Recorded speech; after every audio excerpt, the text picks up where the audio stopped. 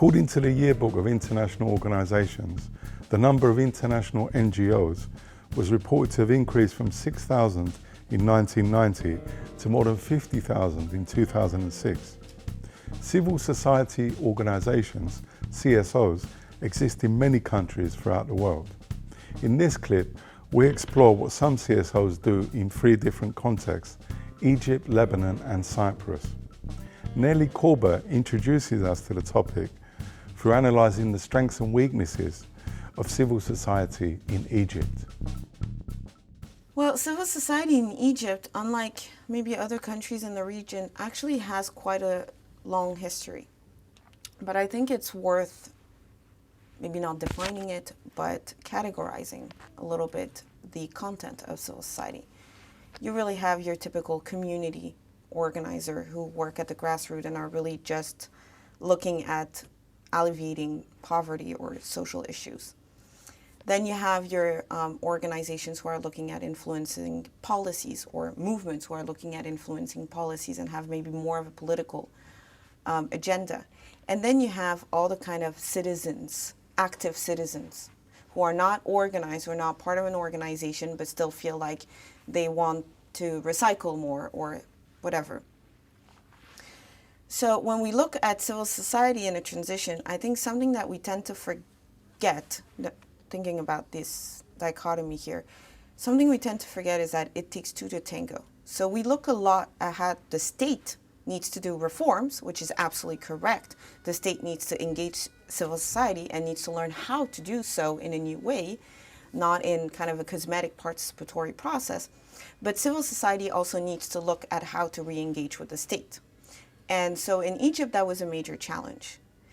So the state, whether intentions or not, it's not up to me to say, did not have the right tools in order, on how to engage. So it at least gave the impression that it was very cosmetic and that it was not for a genuine purpose of integrating them. On the side of civil society, there's this culture of resistance, especially that second and third category.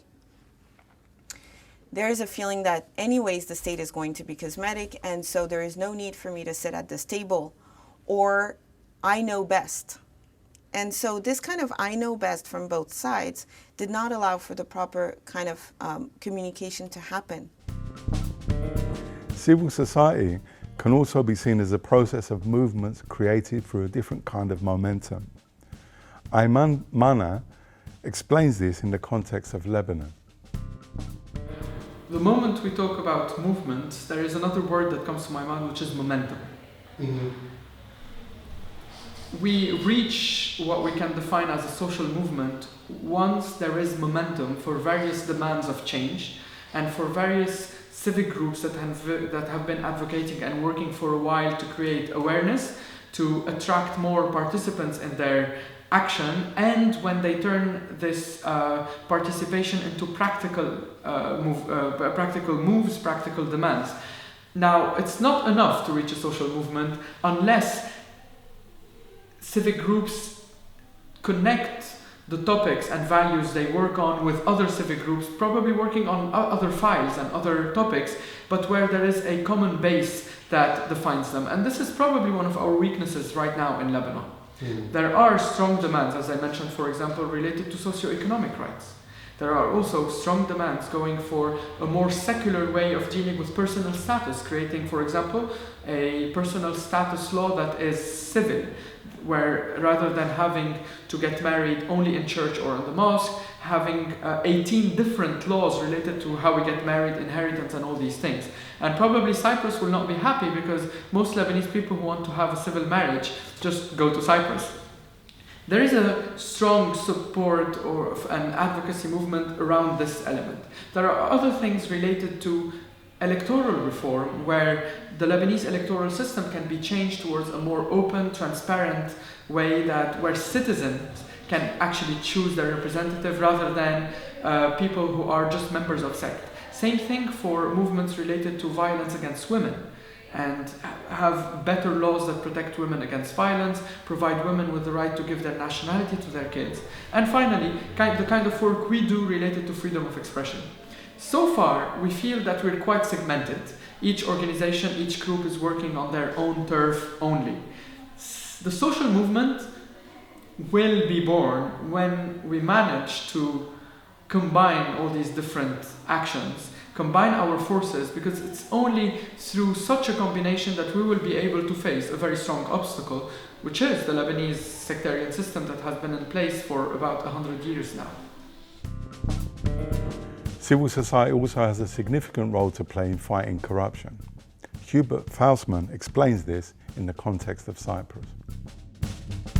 Well, potentially the role of civil society in fighting corruption is huge, in as such that it is a social practice that can only be overcome if it's fought from above and from below in a system. That's the theory. In practice, we live in a society where there's very low everyday corruption, but very high levels of elite corruption, which is very difficult to fight. In particular, if you live in a small and closed society like Cyprus, where actually you have to act within the system, meaning your personal success, if you need protection, a job in the governmental or semi-governmental sectors, go only through attaching yourself to parties and politicians and benefiting from the favors they can distribute, also because they're part of a system and violating the rules in a wider sense. So there's a strong systemic pressure for both the ordinary citizens and the politicians for clientelism and corrupt practices. But then there's, of course, extensive self-enrichment of the elites who have access to power and public utility works that enable you. So civil society should constrain it, but there's a lot of pressure on people to get involved in the system. And so far, I believe civil society has been very weak in fighting it. Where civil society achieved something, then it is if scientists or citizens do a study or organize conferences that usually have not triggered change, but just provide maybe information for the interested public to make more substantiated claims about the wrongs of Cypriot society. What has really changed now is the impact of the economic and the financial crisis that has shook the system and has now started to an unprecedented scale to a crackdown on some corrupt politicians. So there's a window of opportunity opening up, and there civil society, now that it's encouraged by parts of the elite to do something about the system, has actually a chance for a bigger impact. Emine Çolak describes how civil society organizations have developed amongst Turkish Cypriots from the 1980s to the present. In the early 80s, there were just a few organizations that were attractive to me anyway, and they would be things like ones that helped protect children, underprivileged children, or women's rights. There was a movement to try to improve the family law so that women got more rights on divorce, or that the conditions for divorce were a little bit more modern and reasonable. And they were very limited. Over time, we've seen a very wide spanning out of civil society activity in terms of new organisations. Again, there'd be sports clubs and things, but again, I wouldn't consider them civil society in terms of the definition in my head about being something that a body and an action group that works outside government and official policy. So there has been an increase in the activity of NGOs.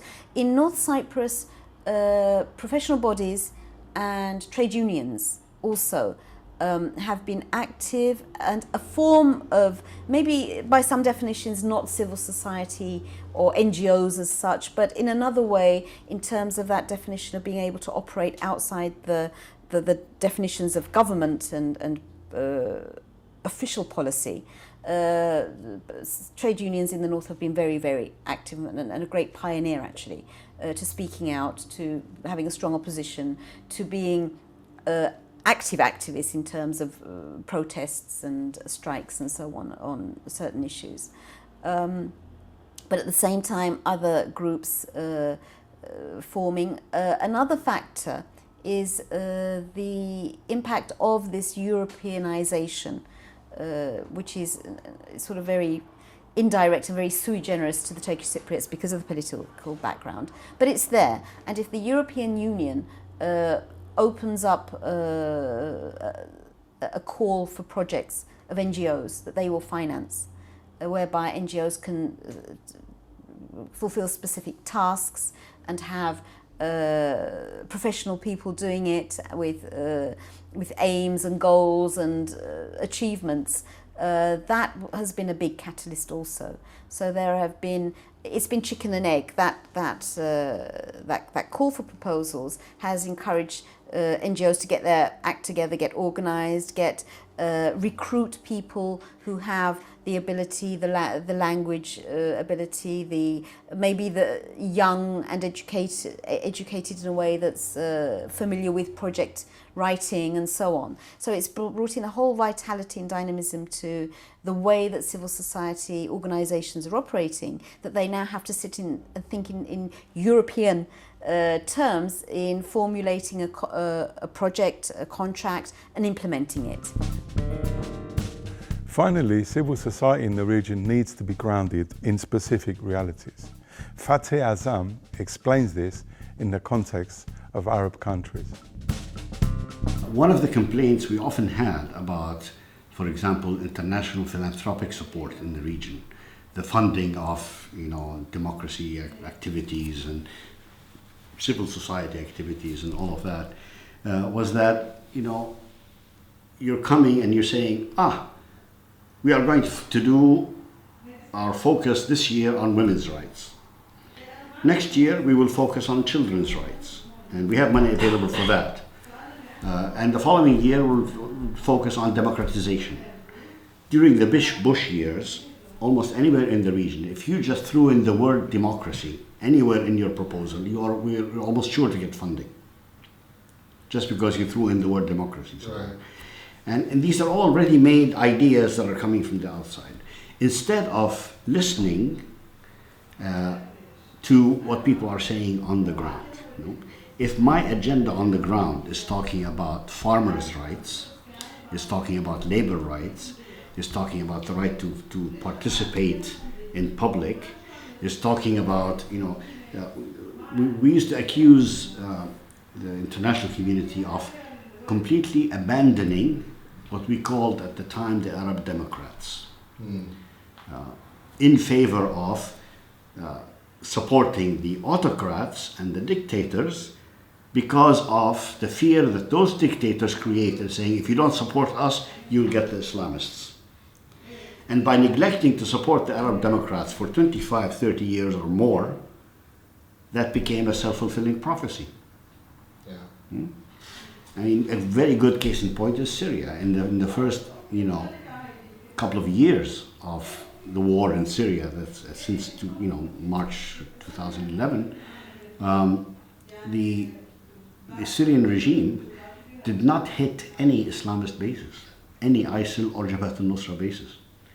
Did not come near them, let them just go, and released a number of them from prison early on, when he had imprisoned them before. So I mean, I don't believe much in conspiracies, but there is something to think about there, And I would say that, what the international community needs to do is put a lot more trust in civil societies in the region. And I don't mean supporting them and just throwing money at them, but I mean, this point is very critical. How? Yeah. I would say is by opening the channels of communication, facilitating for them their capacity to express their views, to suggest solutions, to bring out solutions. So that, I'll give you a very quick example that just happened yesterday or day before, I can't remember.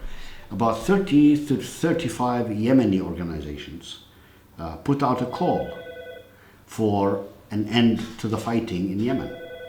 Okay?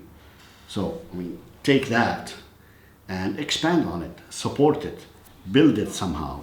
The end result is that, not the end result, but on the other hand, what the Americans have done, for example, is increase their bombings and send even more ammunition, and they're not being listened to. So, okay, talk with them, find out who is behind that petition, see if you can work with Iran and with Russia and with China and with whoever has an interest about setting up some kind of dialogue with those, civil society organizations, actually setting the agenda.